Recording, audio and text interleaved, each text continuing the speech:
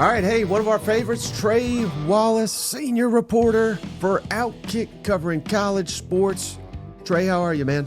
I'm good, dude. I'm good. I'm getting, man, I can't believe we're at the halfway point of the football season. Like, it honestly feels like it's been going on for like 7 months. But yeah, like we made it. Like we're halfway here, and I think this is going to be like separation Saturday in the SEC. Like, and obviously the SEC's all over the place. Like, who knows what happens? But what I'm getting at is like we're going to find out with Ole Miss and Georgia. Like Georgia could take that second L. I think the Tennessee Bama game I think is massive because who's going to take the second loss, and then whoever wins that game obviously is going to be in CFP contention even more. And then we got our boys on West End. You know what I mean? Just Vanderbilt just a 2.5 point favorite against LSU, and I think they were right on the money. So I'm going to be fascinated by this weekend, and I honestly think too if like Drinkwitz and Missouri go into Auburn and like beat them up, like 14 points, something like that, because that feels like the best way I put it. I know this is not what we're talking, but the best way to put the Auburn situation is it maybe feels like what happened to Penn State after losing to Oregon. Like Right. it broke them. You know what I mean? Like, so we're about to find out. There's some coaches that their agents are working overtime right now, Jimmy Sexton and Trace Armstrong. Well, hey, let me ask you this. This is my favorite stat. I've been saying it all week. My audience is probably sick of hearing it, but I'm just kind of curious because it still blows my mind. Any idea what year it was the last time Vanderbilt was favored over LSU? Oh man. Let's see, it'd been two. I'm gonna be really really stupid here and say 2001. Unfortunately, I was trying to think of the Franklin years, and they played LSU during that time. 1948. Holy hell, Brat! Like, come on, man. And now, in fairness, it's not like they play a ton. So, but I here's just want to know who. I just want to know what the odds makers were doing in 1948 and how that worked in some back alley room while they're also running moonshine at the same time. Like, I would, I'm fascinated by that. and then perhaps an even more just mind blowing statistic. So Vanderbilt is favored, as you referenced. Prior to this, how many consecutive games has Vanderbilt been an underdog in just Southeastern Conference games? How many games in a row has Vanderbilt been an underdog in Southeastern Conference games until now? So you just asked me for how many games, not what year, right? Right. How many games in a row they've been an underdog in conference play? And this is consecutive years. Several years, yeah. I'm going to say 28. 51. Holy hell! And now Wow! they're favored over a top 10 team. Wow, This ain't 3-8 Kentucky coming to town. This is top dude. 10 LSU. They're favored to beat them. I mean, First time in 52 conference games.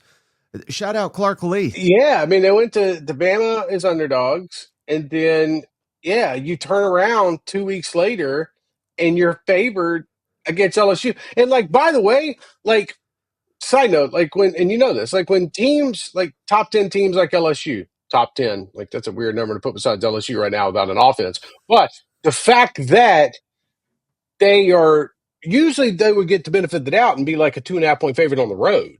You know what I mean? Like, so I think that goes to tell you what Vegas and whoever's making these lines think about Vanderbilt this year, and also at the same time what they think about LSU and how they think they're going to catch another L this weekend. Like, Right. I don't think that's like bait.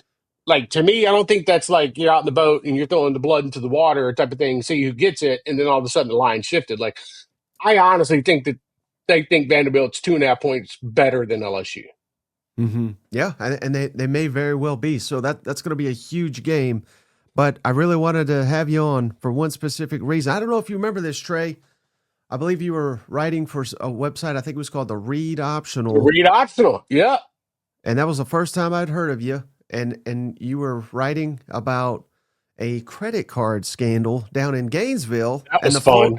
Florida media people were like, "Who the hell's this guy? He's full of it." Well, wouldn't you know? Scandal ensued. Trey got it right, and it's funny because how it comes full circle because Right? we're back again. Billy Napier, Gainesville's on fire. What are we doing here? And hell, they got a very dangerous Mississippi State coming into town too. Well, I mean that's kind of lost in the shuffle, but that Right. adds to the intrigue to me. It's funny. Yeah, that's man. It's so funny to reminisce on those days. I loved working at the Read Optional. Because national site, and we were, it was out there. The credit card scandal happened. I was making.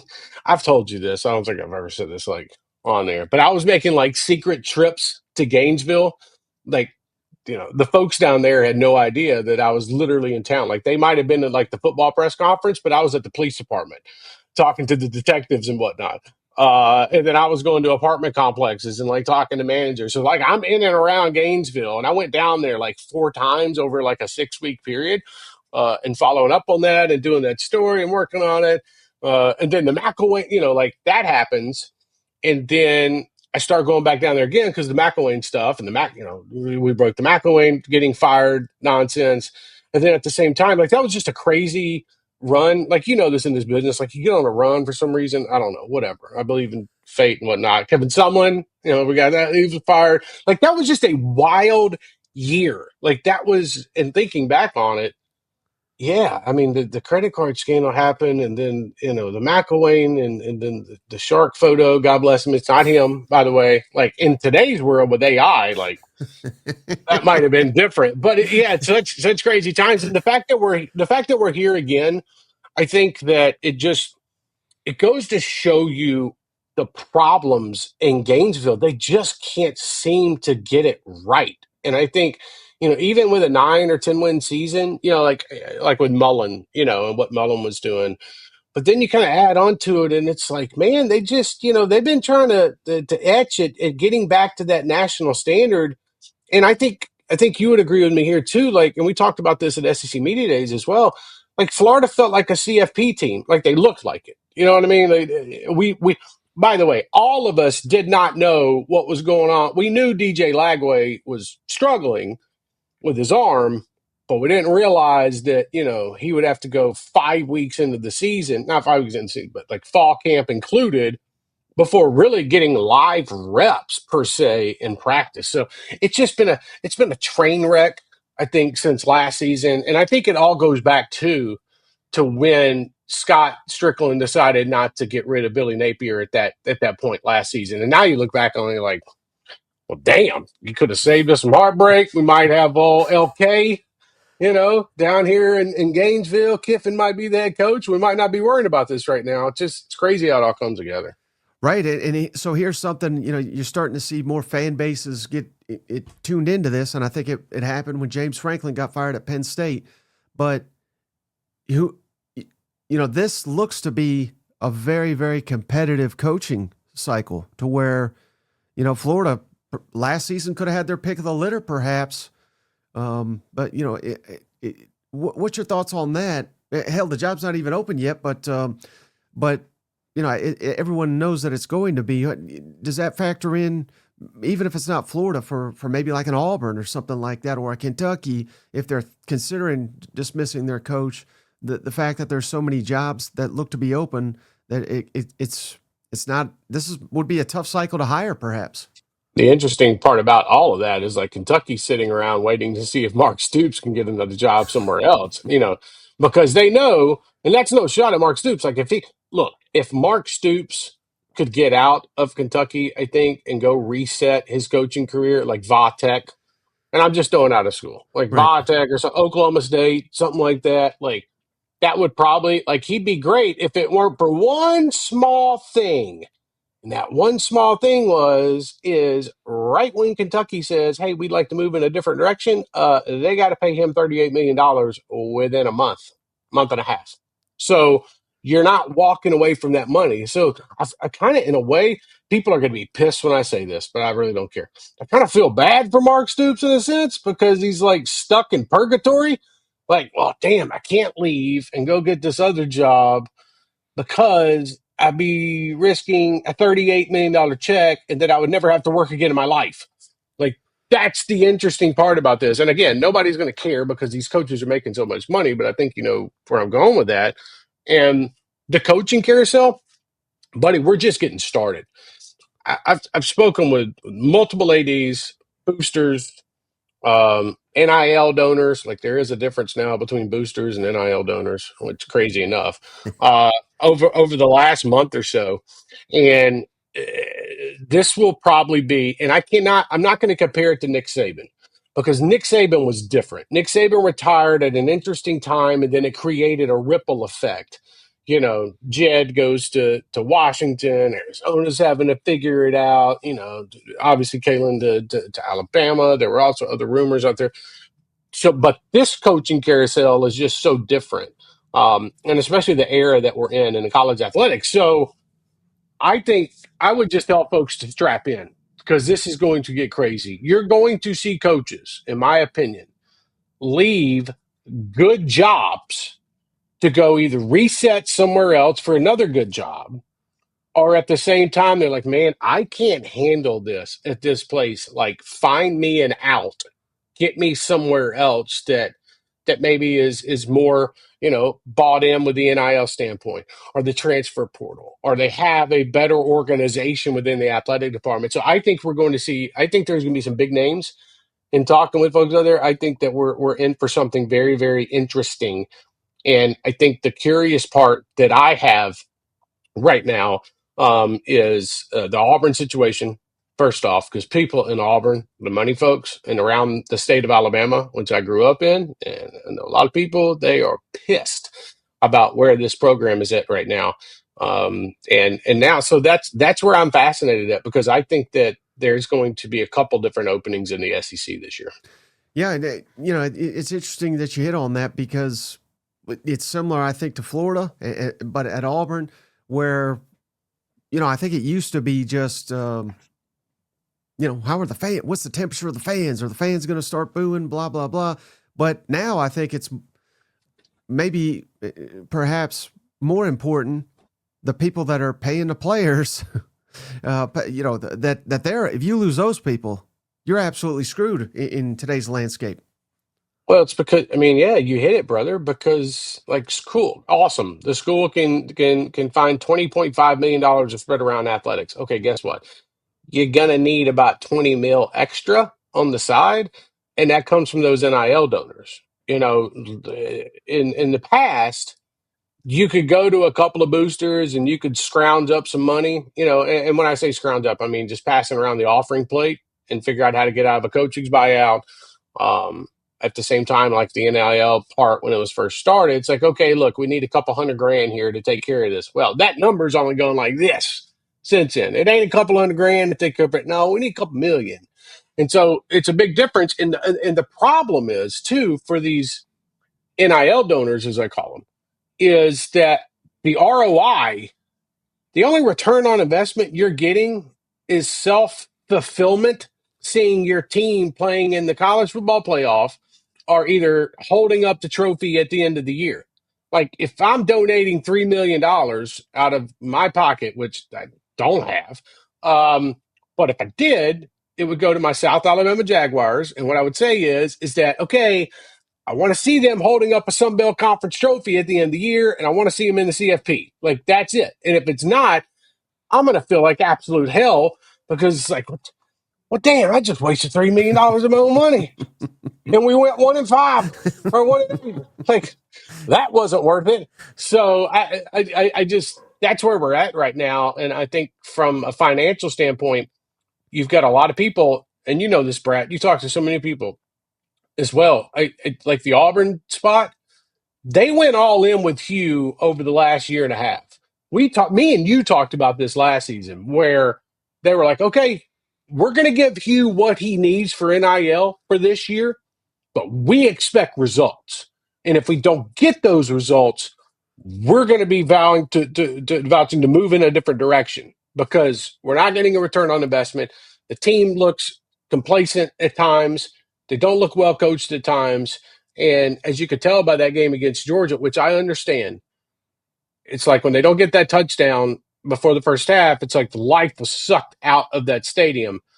And what you forget, I think, not other people, is okay. Well, you had 30 minutes to go beat Georgia. Like, you were still leading. Like, just rally. Plays happen in college football. So and Hugh Freeze looked like he was, attending a memorial service or something like that at halftime. Like, God bless him, but it just feels like Freddie down at Auburn.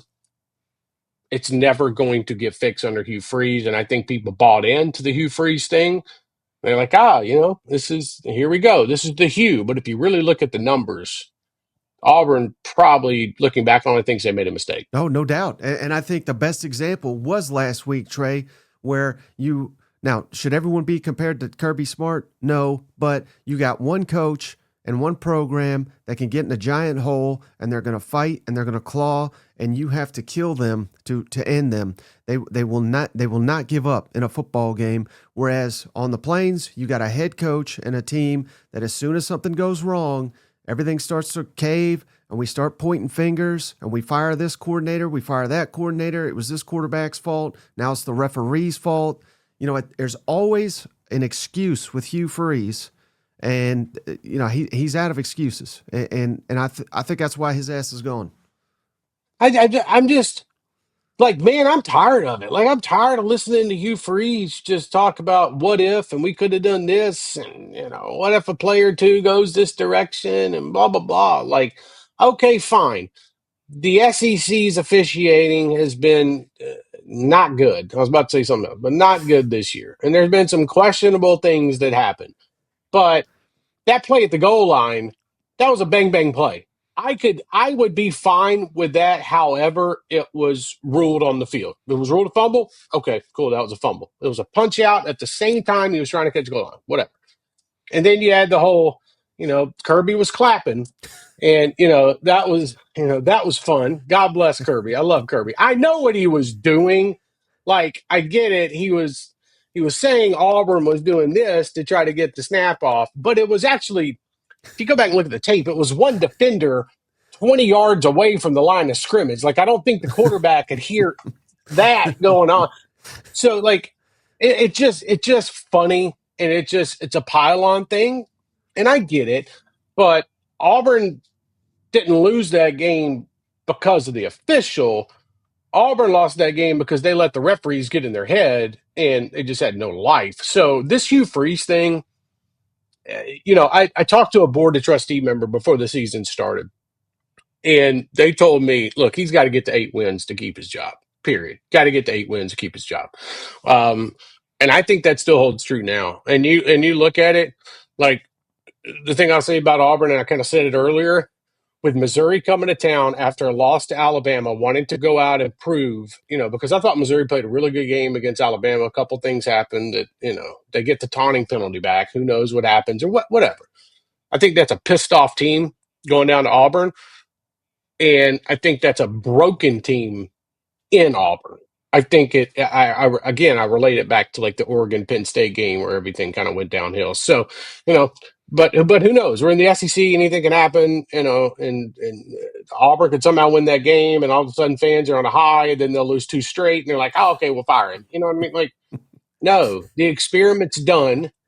Get over it, move on, and go find yourself a coach that can win, and stop hiring coaches based off what they've done in the past. And when I say past, I'm talking about past. Because, like, you can be happy with Hugh Freeze and what he did at Liberty for the 1 year, but if you go back and look at his final 2 years at Ole Miss, it's pretty average. So I'm just the shtick is up, is what I'm getting. Yeah.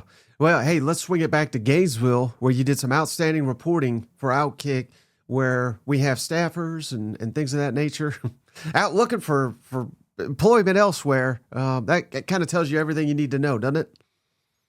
Yeah, no, it really does. And I think there is so much confusion is a word that was used to me over the last, number of weeks, but especially over the last few days. Um, you've got lower level staffers. I want to make this very, very clear. These assistant coaches on the on Napier's staff, which, by the way, he's got enough staff members that could fill the White House. And I think at the same time, you've got so many folks that don't have these little fat agreements that when they get fired, okay, well, they're going to get a couple hundred G's to go away. You know what I mean? Like they're going to be fine. Like, and I mean that in the sense of like for the short term, a couple hundred G's is not going to last you a lifetime, but they have a cushion. Well, the lower level staffers don't. The recruiting staffers, GAs, interns, the folks that work in the recruiting department, the digital content side, like all of that stuff thrown in, those folks don't have cushions. Like you get a new coach that comes in, and then look what Billy did when he took the Florida job. Look how many people he hired and how many people were let go. Like carryover from the previous staff just rarely happens. You know what I mean? Unless it's a job that it would fit that part. Okay, the digital content, social media strategy has been great. All right, we're going to keep that. Like, that's fine. The recruiting staffers, the GAs, I could go on and on. Defensive assistants, the assistant to the regional manager, like those type of people are going to be out of a job. And so you've got them. I've only been able to confirm a number of them, but a number of them are looking around and floating out resumes, making calls on the side when they're not working, obviously, and they probably are doing it when they're working, and trying to figure out what the job market's going to be, and seeing if other schools are going to be interested in their work. And that's not a bad thing, by the way. Like you see that with a lot of jobs, completely understandable. But the situation right now in Florida is these folks don't think they're going to have a job in 2 months once the season's over. And so now they're trying to figure out, okay, I have to have a steady income. You know what I mean? I know what I signed up for, but I got to have a steady income. I got to find something. And so, yeah, you've got staffers that are looking around, and I can't say I blame them because there's been so much noise. Like they were looking around last year, and that's the thing people forget. That's the thing that, in my opinion, is a little bit lost with this situation in Gainesville, is that these folks were dealing with this a year ago, 2 weeks ago, a year ago. Like they were, Billy Napier was going to be fired, and then all of a sudden, he goes on this little run. He plays DJ, and he gives a little hope to the fans and Scott Strickland, and he doesn't have to make a move. So Billy keeps his job, and so they already went through it once. Now they're having to go through it again, and they know the second time around they're not keeping their jobs in Gainesville, so they're having to look around. So that just goes to show you, I think, the dysfunction. And I would say this too. Like if Billy knows he's going to be let go, or like let's just say the boss of one of these staffers, they're not going to have a problem with them looking for another job, like because you have to set up your future. Do I think Billy is set down in a room and said, "Hey guys, look, we got to block out the outside noise. Like I get it. Like we all might be out of a job here. Like, and what's Billy going to say? Like, but guess what? I'm gonna have 20 some odd $1 million. I'm good. But you guys fend for yourselves. Like that's the interest. I'm not saying he's saying that, but I'm saying, in a hypothetical world, that's where things have gotten right now in Gainesville, and it's bad. And I know we'll talk more about it, but I think even with last night, or I'm sorry, on Wednesday night, when Matt Hayes put out his thing from USA Today, and hat tip to Matt, does a fantastic job. Then you had the UAA folks like talking, but it seemed like it was just one UAA person talking to like six different reporters, telling them that no, it was just one booster, and everything's hunky dory and fine. Like they were actually talking about the programs and good shape and where we're going in the future. Stop, man. That is damage control from Scott Strickland, and trying to put out this narrative that no, we didn't have a discussion where the head football boosters told us that they were not going to fund our NIL in the future, our help with Billy's buyout in the future when you're going to need it if he's going to go. So they try damage control, and I just want folks out there to realize, in our business, like what we do, you see this all the time. Like we'll get text messages from folks being like, "Hey, you want to help out with this?" No, that goes against my damn reporting. Why would I help out with that? So like, I just think it's a dumpster fire. and I think it's time to move on from Billy. I like Billy. I think you would agree. Billy's a really stand-up guy, nice guy. I followed him for a lot of what he did at Louisiana Lafayette, which, by the way, it's called Louisiana Lafayette, not Louisiana. Please get it right. And I just think it's time, man. They can't keep putting this off. Hey, I got a really great question the other day, and I'm going to pose it to you. Because, 99% of these fans and media and all that, they want to know who's the next Arkansas coach, who's the next Florida coach. And we could just throw shit against the wall and hopefully we're right. But I think a more interesting question, Trey, is the one that got posed to us yesterday.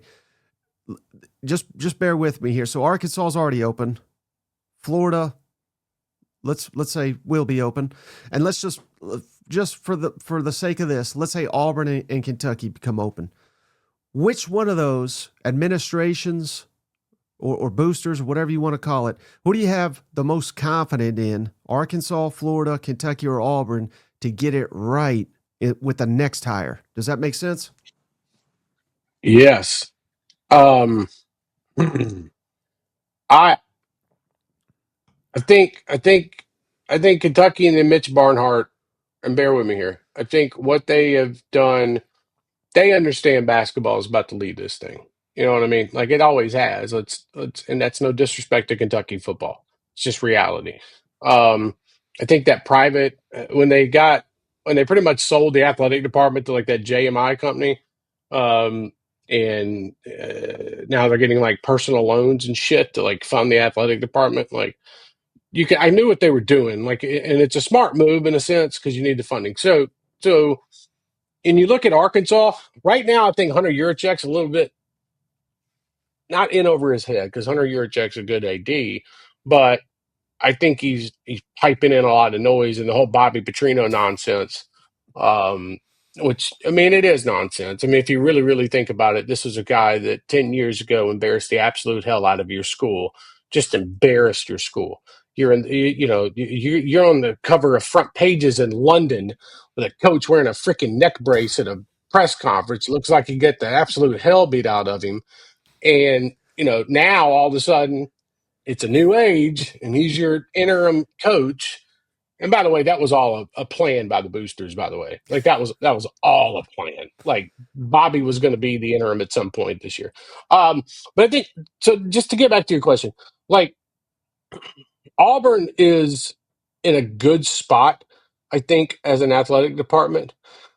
I think they had the funding. I think they had the NIL part down pat. There's a lot of schools that aren't willing right now to throw out the NIL funding until folks make a decision about what the future looks like. I think you're seeing that a little bit at Auburn. Florida, to me, to give you your wrap around the question here, Florida to me feels like a little bit of dysfunction. I know that they just won a national championship in basketball. Congratulations. But I'm just being very, very honest with folks here. Um, 48 hours after Florida cut down the nets for the national championship, they're worried about spring football. And that's not a shot like at Todd Golden or anything like that. It's just reality in baseball and everything. Like so, overall, Auburn's in a good spot. Just because I don't trust what's going on with Kentucky right now, I think Hunter Yurachek needs to figure out how he's going to delegate NIL for football and basketball because football is never going to have 20 extra $1 million a year. Like John Tyson, again, I go back to the return on investment thing. Like he can get it out of basketball, in my opinion. So it's a really good question, and I think I trust. Here's the best way to put it: I trust John Cohen right now. As crazy as that sounds, I trust John Cohen to make a decision better than Mitch Barnhart, Scott Strickland, and Hunter Yurachek. I do, and maybe I get that half-ass backwards. I don't know. I just in talking with folks, it just feels like Arkansas is going to be left behind if look, Florida's going to make a move, and then you got Auburn, Mike, and then you got Arkansas, and then you got potentially Kentucky. And so I think I would trust Auburn right now more. And I think that if you hooked them up to a lie detector test, they would absolutely pass it because they would say that they screwed up with the Hugh Freeze situation. I told you that was a difficult question. I really liked it, but hey, how about this? Coaching changes in the SEC that you could foresee, however that is, firing or leaving for another job. And again, let's take Pittman, he's already gone, Napier, Freeze, and Stoops. Any others that you got your eye on? Because I got my eye on two, and I just want to hear your thoughts, and then I'll tell you if you got them or not. I got my first off. I think we're both going to agree on this one. I got my eye on Oxford at Ole Miss with Lane Kiffin, um, because his son Knox. I know they all moved to Oxford, and I'm not. Good God, I'm not trying to go all John Gruden here because his wife was a cheerleader at some place, but Layla has a lot of connections to Gainesville, Florida. A lot of connections. That was her old school. There's family connections there, whatever. Um, but like the youngest son, Knox, is at a point where he could go play high school football in Florida. And I'm not saying he's leaving. Please, people don't take his I'm leaving, go on social media and start tagging me and shit and have Lane calling me at 2 o'clock in the morning and say, hey, bro, why are you putting this stuff out there? Like, I'm not trying to do that. But prepare yourself because Lane's name is about to be brought up a lot over the next. I think we both agree on that. Like Lane's name is just one of those that's brought up in the situation. It is what it is. Like just get used to it, Ole Miss fans. It's good to have your coach wanted. Um, so I think that's one name that keep an eye on. The other one, Brian Kelly at LSU. I think if they go lose to Vanderbilt this weekend or whatnot, uh, and they catch another L or two, those folks in Baton Rouge, Louisiana, who I really know really well, they're not going to be happy with Brian Kelly because they'll look at it as, damn, we have wasted Jaden Daniels, Nussmeyer, one of the best defenses we've had in a while, and we can't run the damn football. Like maybe Brian Kelly's not the guy. And the reason I say that too is there could be a job open that Brian Kelly's very interested in and would leave LSU for. I'm not saying LSU's firing Brian Kelly. I'm saying Brian Kelly could leave LSU and say, okay, let me go get back and go do something else. Right. Like, would Penn State be an interesting job for Brian Kelly?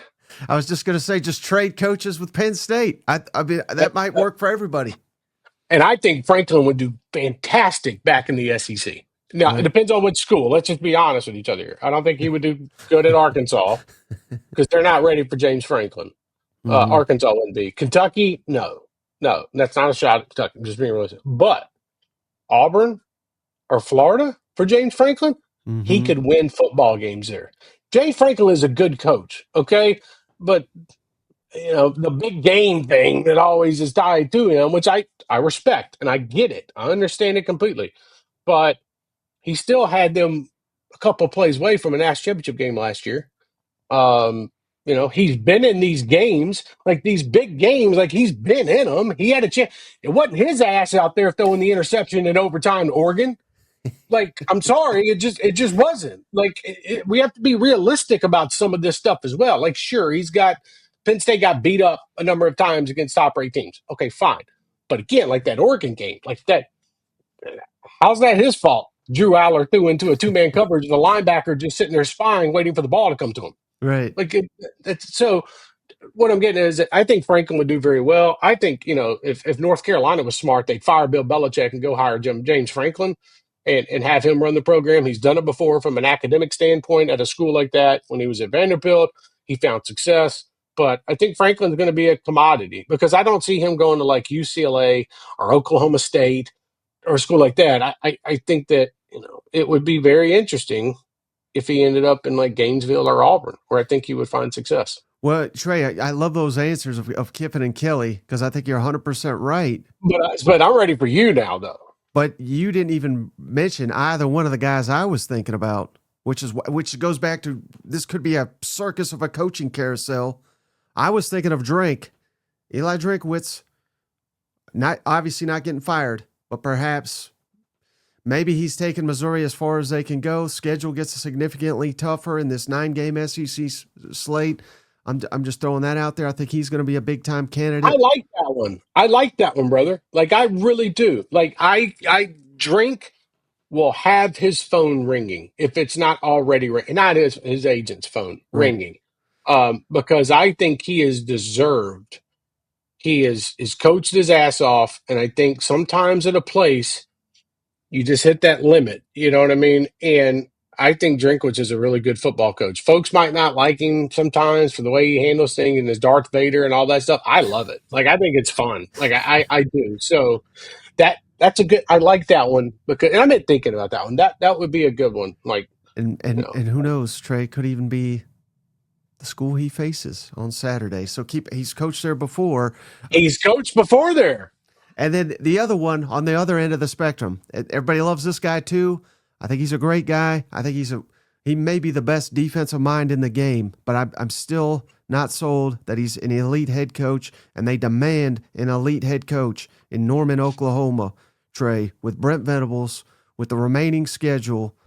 Again, do I think he's getting fired? No. But if they go from 5-0 to 5-7 or 6-6, his ass got to go. I don't care. And with the schedule at South Carolina, must win. Ole Miss at home, at Tennessee, at Alabama. They do not respect Missouri. You lose to Missouri at home. He may not even make it to LSU if he loses to Missouri. So the next two games, I was trying to look at it. So the next three games they have. Okay, so yeah, so they're going to play South Carolina, which could be an L, by the way. Ole Miss, which that's in Norman, but it doesn't matter. Um, I That's a tough one.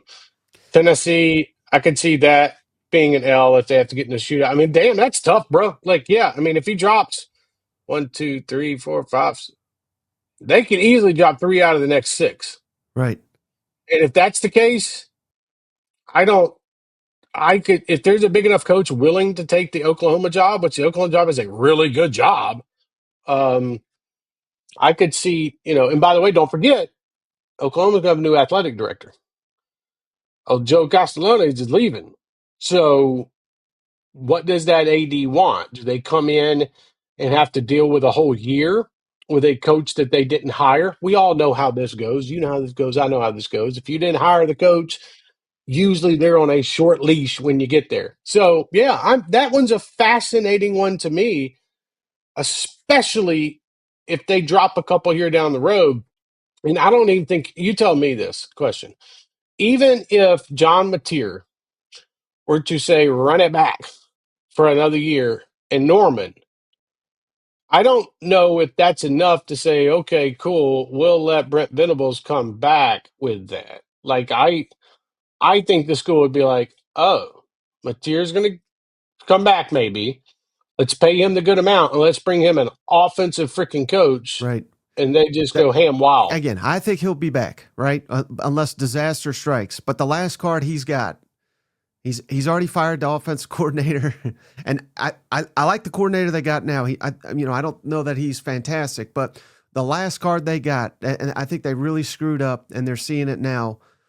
They brought in Ben Arbuckle, but I don't know exactly what they told him, but the fact that they kept the staff around him on the offensive side of the football, that's got to go. You got one more shot if Mateer comes back, and then you got Ben Arbuckle, hire whoever the hell you want at running back coach, tight end coach, offensive line coach, and next year's make or break for Brent Venables. I think that's best case scenario, I think, for Oklahoma. And worst case is, obviously we know what worst case is, but if they if they turn that loss to Texas into three or four more losses this year with John Mateer, because by the way, I don't want to hear about the injury thing to John Mateer's thumb. I don't want to hear about it. You guys cleared him. You guys put him out there on the field. If you didn't think he could go and you think he might have been, he might have hampered the offense a little bit and he needed another week, that's on you. That's on the coaching staff, medical team and whatnot. Not on the medical team. You can only clear him, but you know what I mean by that. Like that's on the staff for saying, okay, we're going to go with him. Even though it was only 16 days ago, he was getting his thumb cut open and some freaking screws put in his throwing hand, and so And that was the storyline, by the way. The whole Right. storyline. And what about Arch? What about anything else? It was about the thumb and the doctor. And then they come out and they get their ass beat by Texas. And all of a sudden, Texas season flips, and Oklahoma's is like, uh-oh. Like, we were thinking CFP. We were thinking John Mateer in New York for the Heisman. Now we're just praying to God that we somehow get through this gauntlet. Like, things just changed on a dime. Right. I think what that exposed, Trey, was the offense is Mateer. And if he's not performing at an elite level, we got nothing. And that is you cannot have it at a place like Oklahoma. They have their offensive line's an issue. They have no running backs. Where the hell are the receivers? They have no tight ends. This is a major issue. Well, you had him out there running in circles, and you know he's got a banged up freaking hand, and he's out here taking hits, and you got ESPN on the broadcast saying John Mateer's hand is bloody on the sideline, and it's all over his jersey and whatnot. It's like, what do you expect, man? This was the whole storyline. You put him out there. So I just, again, I feel for Oklahoma fans because that was a shot to the gut last weekend when you see the offense, 6 points, 3 interceptions from Mateer. And, for the previous 15 days, you're about to build a statue for Dr. Stephen Shin from Cedar Sinai's in LA. And now you're wondering if, y'all can make the playoffs. Life comes at you quick, man. Hey, last thing for you, Trey. Really appreciate your time. Man, epic weekend. I don't know if you've heard this, Trey. This is the first time ever in conference history. We got 8 conference games. This has literally never been done, and it's not happening again this season. So this is a special weekend in the Southeastern Conference. Which game do you think is the best game? I know you're going down to Tuscaloosa, but I'm just wondering which game, by Saturday night we're like, my God, what a game that was. Okay. All right. Keep this thing up for a second because I'm making my decision real quick. I think Vanderbilt beats LSU. I think. I think. I could easily say Georgia or Ole Miss or Tennessee, Right. Alabama. I could easily say that, but I'm gonna go. Damn, I was about to pick one over the other. I'm gonna say Jeff Lebby Ooh. goes down to Gainesville and they put up one hell of a fight against Florida. I don't trust that line. I think Jeff Lebby and them could have a couple of tricks up their sleeve for Florida. Um, I mean, doesn't that game feel like Northwestern going to Penn State? Yes, it does. It, You know what I mean? Like they hang around and they hang around and they hang around and then they put a drive together, towards the end of the fourth quarter and take the lead and Florida can't score and Billy's out here looking around the stadium, like he knows, just like James knew it was done, like he knows. I'm not trying to make light of it, but it would just be really, to bring it full circle, it would be pretty crazy if the school Scott Strickland was the 80 at Mississippi State comes down to Gainesville and forces Scott Strickland to make a decision he doesn't particularly want to make, but he knows he's got to make. Like, karma is a biatch in this world, and nothing would be crazier than something like that happens. But to really give you a good answer, I think Oklahoma and South Carolina is going to be a fantastic, fun football game. To me, that one, I think that one, I think Beamer knows he needs to get this one. Oklahoma knows they need to get this one. So if there was an outlier out of those other 2 games, I think it's Oklahoma, South Carolina is the one I'm keeping an eye on because like you just brought up, if South Carolina beats Oklahoma and the Sooners have dropped 2 in a row, oh boy. Like the temperature rises in Norman. It's already hot as hell out there in October. It gets even worse. Yeah, well, the beauty of that question, Trey, there's no wrong answer except for Texas, Kentucky. So, hey, really appreciate you. Before you go, tell my audience how to follow you and how to find your work. Yeah, follow me on X, Twitter. It's Twitter at Trey Wallace _ follow me on IG. Never thought I'd be promoting Instagram. At Trey Wallace _ as well. I was about to forget that. And then, yeah, all my work at Outkick.com. We'll have you covered throughout the weekend down in Tuscaloosa. Got a 6:30 kickoff down here. So fun scene setter pieces that we always do on Friday. We'll have some fun Saturday before the game, as we did a couple weeks ago. And yeah, man, this is going to be a great weekend of football. Really looking forward to it, because the only other decent game outside of the SEC is Notre Dame and USC. So that's it. So just the SEC comes up again, and CBS executives are sitting around, just hitting themselves in punishment because they let that deal go. So that's on All them. right. Well, hey, buddy, thank you so much for stopping by. Safe travels. Enjoy the weekend, and look forward to talking to you soon. Keep killing it, brother. Thanks for having me, man. I'll